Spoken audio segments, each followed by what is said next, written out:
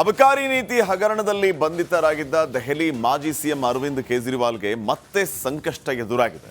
ಕೇಜ್ರಿವಾಲ್ ವಾಸವಿರುವ ಶೀಶ್ ಮಹಲ್ ಕಟ್ಟಡ ಮಾರ್ಪಾಡು ಸಂಬಂಧ ತನಿಖೆಗೆ ಸೂಚಿಸಲಾಗಿದೆ.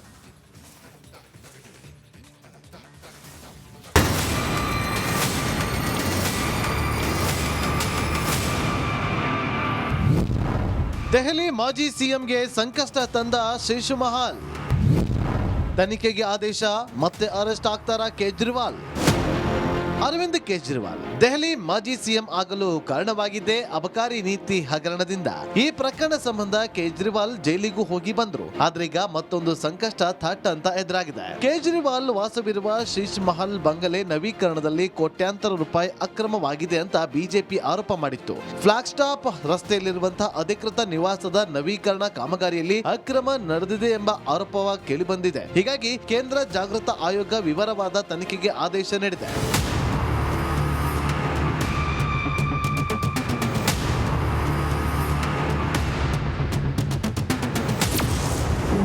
ಅರವಿಂದ್ ಕೇಜ್ರಿವಾಲ್ ವಾಸವಿರುವ ಶೀಶ್ ಮಹಲ್ನಿಂದ ಸಂಕಷ್ಟ ಎದುರಾಗುವ ಸಾಧ್ಯತೆ ಇದೆ. 40,000 ಚದರ ಗಜಗಳಷ್ಟು ವಿಸ್ತೀರ್ಣದ ಐಷಾರಾಮಿ ಮಹಲ್ ಇದಾಗಿದೆ. ಬಂಗಲೆ ನಿರ್ಮಿಸಲು ಕಟ್ಟಡ ನಿಯಮಗಳನ್ನ ಉಲ್ಲಂಘಿಸಿದ್ದಾರೆ ಎಂಬ ಆರೋಪವಿದೆ. ರಾಜ್ಪುರ್ ರಸ್ತೆಯಲ್ಲಿರುವ ಫ್ಲಾಟ್ ಸಂಖ್ಯೆ 45, 47 ವಿಲೀನಗೊಳಿಸಲಾಗಿದೆ. ಈ ಹಿಂದೆ ಟೈಪ್ ವಿ ಫ್ಲಾಟ್ಗಳಲ್ಲಿ ಹಿರಿಯ ಅಧಿಕಾರಿಗಳು ಮತ್ತು ನ್ಯಾಯಾಧೀಶರಿಗೆ ಹಂಚಿಕೆ ಮಾಡಲಾಗ್ತಾ ಇತ್ತು. 2 ಬಂಗಲೆಗಳನ್ನ ಒಳಗೊಂಡಂತೆ ಸರ್ಕಾರಿ ಆಸ್ತಿಗಳನ್ನ ಕೆಡವಿ ಹೊಸ ನಿವಾಸದಲ್ಲಿ ವಿಲೀನಗೊಳಿಸಲಾಗಿದೆ. ಇದು ನೆಲದ ವ್ಯಾಪ್ತಿ ಮತ್ತು ನೆಲದ ವಿಸ್ತೀರ್ಣ ಅನುಪಾತದ ಮಾನದಂಡಗಳನ್ನು ಉಲ್ಲಂಘಿಸಿದೆ. ಸರಿಯಾದ ವಿನ್ಯಾಸ ಯೋಜನೆ ಅನುಮೋದನೆ ಹೊಂದಿಲ್ಲ ಎಂದು ದೂರಲ್ಲಿ ಆರೋಪಿಸಲಾಗಿದೆ. ಬಿಜೆಪಿ ನಾಯಕ ವಿಜೇಂದ್ರ ಗುಪ್ತಾ ಅವರ ದೂರಿನ ಮೇರೆಗೆ ಸಿವಿಸಿ ತನಿಖೆಗೆ ಆದೇಶ ನೀಡಲಾಗಿದೆ.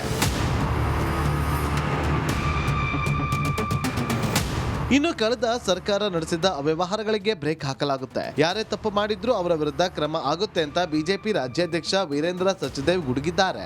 दिल्ली सरकार के जितने भी पाप हैं उन पापों का अंत भी होना है और उन पापों की सजा भी मिलनी है. वो चाहे शीश महल हो, चाहे शराब का घोटाला हो, चाहे जल बोर्ड हो, या पैनिक बटन घोटाला हो, या राशन कार्ड का हो, या स्कूल का हो, या मोहल्ला क्लिनिक का हो.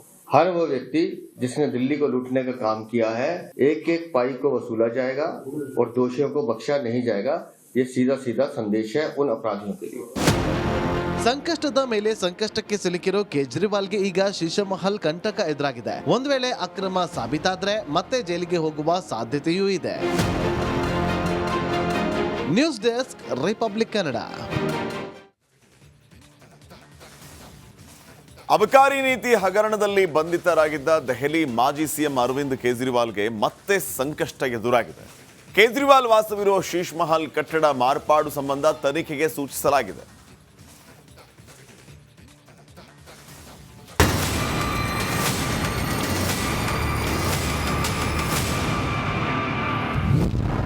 ದೆಹಲಿ ಮಾಜಿ ಸಿಎಂಗೆ ಸಂಕಷ್ಟ ತಂದ ಶೀಶ್ ಮಹಲ್. ತನಿಖೆಗೆ ಆದೇಶ, ಮತ್ತೆ ಅರೆಸ್ಟ್ ಆಗ್ತಾರಾ ಕೇಜ್ರಿವಾಲ್?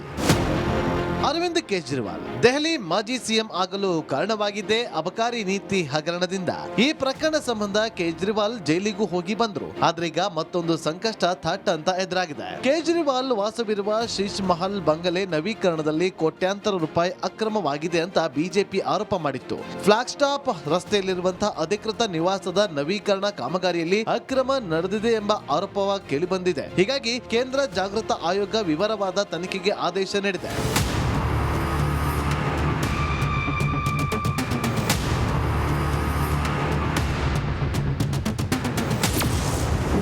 ಅರವಿಂದ್ ಕೇಜ್ರಿವಾಲ್ ವಾಸವಿರುವ ಶೀಶ್ ಮಹಲ್ನಿಂದ ಸಂಕಷ್ಟ ಎದುರಾಗುವ ಸಾಧ್ಯತೆ ಇದೆ. 40,000 ಚದರ ಗಜಗಳಷ್ಟು ವಿಸ್ತೀರ್ಣದ ಐಷಾರಾಮಿ ಮಹಲ್ ಇದಾಗಿದೆ. ಬಂಗಲೆ ನಿರ್ಮಿಸಲು ಕಟ್ಟಡ ನಿಯಮಗಳನ್ನ ಉಲ್ಲಂಘಿಸಿದ್ದಾರೆ ಎಂಬ ಆರೋಪವಿದೆ. ರಾಜ್ಪುರ್ ರಸ್ತೆಯಲ್ಲಿರುವ ಫ್ಲಾಟ್ ಸಂಖ್ಯೆ 45, 47 ವಿಲೀನಗೊಳಿಸಲಾಗಿದೆ. ಈ ಹಿಂದೆ ಟೈಪ್ ವಿ ಫ್ಲಾಟ್ಗಳಲ್ಲಿ ಹಿರಿಯ ಅಧಿಕಾರಿಗಳು ಮತ್ತು ನ್ಯಾಯಾಧೀಶರಿಗೆ ಹಂಚಿಕೆ ಮಾಡಲಾಗ್ತಾ ಇತ್ತು. 2 ಬಂಗಲೆಗಳನ್ನ ಒಳಗೊಂಡಂತೆ ಸರ್ಕಾರಿ ಆಸ್ತಿಗಳನ್ನ ಕೆಡವಿ ಹೊಸ ನಿವಾಸದಲ್ಲಿ ವಿಲೀನಗೊಳಿಸಲಾಗಿದೆ. ಇದು ನೆಲದ ವ್ಯಾಪ್ತಿ ಮತ್ತು ನೆಲದ ವಿಸ್ತೀರ್ಣ ಅನುಪಾತದ ಮಾನದಂಡಗಳನ್ನ ಉಲ್ಲಂಘಿಸಿದೆ. ಸರಿಯಾದ ವಿನ್ಯಾಸ ಯೋಜನೆ ಅನುಮೋದನೆ ಹೊಂದಿಲ್ಲ ಎಂದು ದೂರಲ್ಲಿ ಆರೋಪಿಸಲಾಗಿದೆ. ಬಿಜೆಪಿ ನಾಯಕ ವಿಜೇಂದ್ರ ಗುಪ್ತಾ ಅವರ ದೂರಿನ ಮೇರೆಗೆ ಸಿವಿಸಿ ತನಿಖೆಗೆ ಆದೇಶ ನೀಡಲಾಗಿದೆ.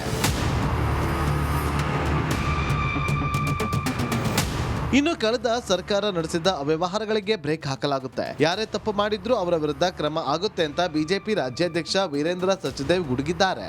दिल्ली सरकार के जितने भी पाप हैं उन पापों का अंत भी होना है और उन पापों की सजा भी मिलनी है। वो चाहे शीश महल हो, चाहे शराब का घोटाला हो, चाहे जल बोर्ड हो, या पैनिक बटन घोटाला हो, या राशन कार्ड का हो, या स्कूल का हो, या मोहल्ला क्लिनिक का हो, हर वो व्यक्ति जिसने दिल्ली को लूटने का काम किया है, एक एक पाई को वसूला जाएगा और दोषियों को बख्शा नहीं जाएगा।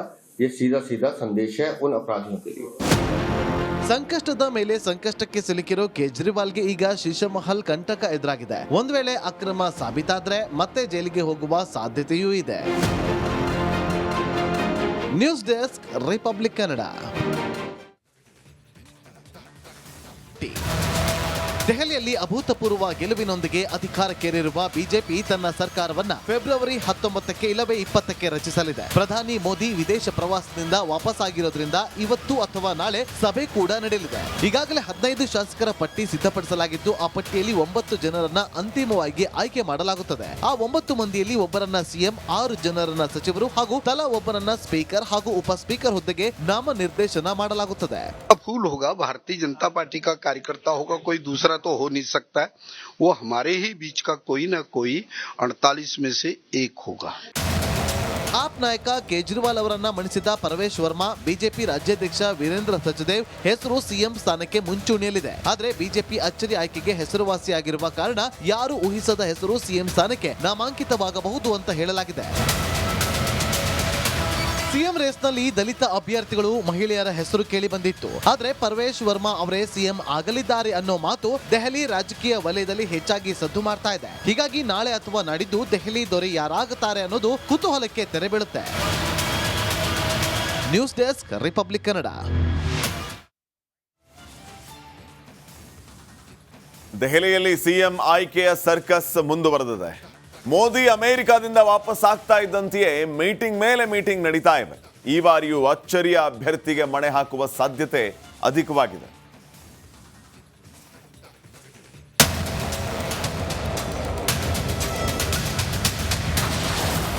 ಫೆಬ್ರವರಿ 19ಕ್ಕೆ ದೆಹಲಿಗೆ ಹೊಸ ಸಿಎಂ ಪಟ್ಟಾಭಿಷೇಕ. ಸಚಿವ, ಸ್ಪೀಕರ್ ಹುದ್ದೆಗೆ ಭಾರಿ ಪೈಪೋಟಿ.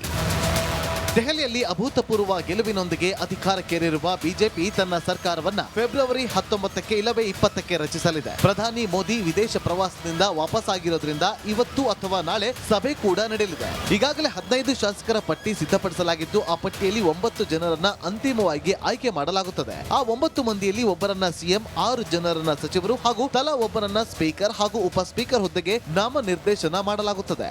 फूल होगा, भारतीय जनता पार्टी का कार्यकर्ता होगा, कोई दूसरा तो हो नहीं सकता है। वो हमारे ही बीच का कोई ना कोई 48 में से एक होगा. ಆಪ್ ನಾಯಕ ಕೇಜ್ರಿವಾಲ್ ಅವರನ್ನ ಮಣಿಸಿದ ಪರಮೇಶ್ ವರ್ಮಾ ಬಿಜೆಪಿ ರಾಜ್ಯಾಧ್ಯಕ್ಷ ವೀರೇಂದ್ರ ಸಚದೇವ್ ಹೆಸರು ಸಿಎಂ ಸ್ಥಾನಕ್ಕೆ ಮುಂಚೂಣಿಯಲ್ಲಿದೆ. ಆದ್ರೆ ಬಿಜೆಪಿ ಅಚ್ಚರಿ ಆಯ್ಕೆಗೆ ಹೆಸರುವಾಸಿಯಾಗಿರುವ ಕಾರಣ ಯಾರು ಊಹಿಸದ ಹೆಸರು ಸಿಎಂ ಸ್ಥಾನಕ್ಕೆ ನಾಮಾಂಕಿತವಾಗಬಹುದು ಅಂತ ಹೇಳಲಾಗಿದೆ. ಸಿಎಂ ರೇಸ್ನಲ್ಲಿ ದಲಿತ ಅಭ್ಯರ್ಥಿಗಳು, ಮಹಿಳೆಯರ ಹೆಸರು ಕೇಳಿ ಬಂದಿತ್ತು. ಆದ್ರೆ ಪರಮೇಶ್ ವರ್ಮಾ ಅವರೇ ಸಿಎಂ ಆಗಲಿದ್ದಾರೆ ಅನ್ನೋ ಮಾತು ದೆಹಲಿ ರಾಜಕೀಯ ವಲಯದಲ್ಲಿ ಹೆಚ್ಚಾಗಿ ಸದ್ದು ಮಾಡ್ತಾ ಇದೆ. ಹೀಗಾಗಿ ನಾಳೆ ಅಥವಾ ನಾಡಿದ್ದು ದೆಹಲಿ ದೊರೆ ಯಾರಾಗುತ್ತಾರೆ ಅನ್ನೋದು ಕುತೂಹಲಕ್ಕೆ ತೆರೆ ಬೀಳುತ್ತೆ. News desk, republic Kannada.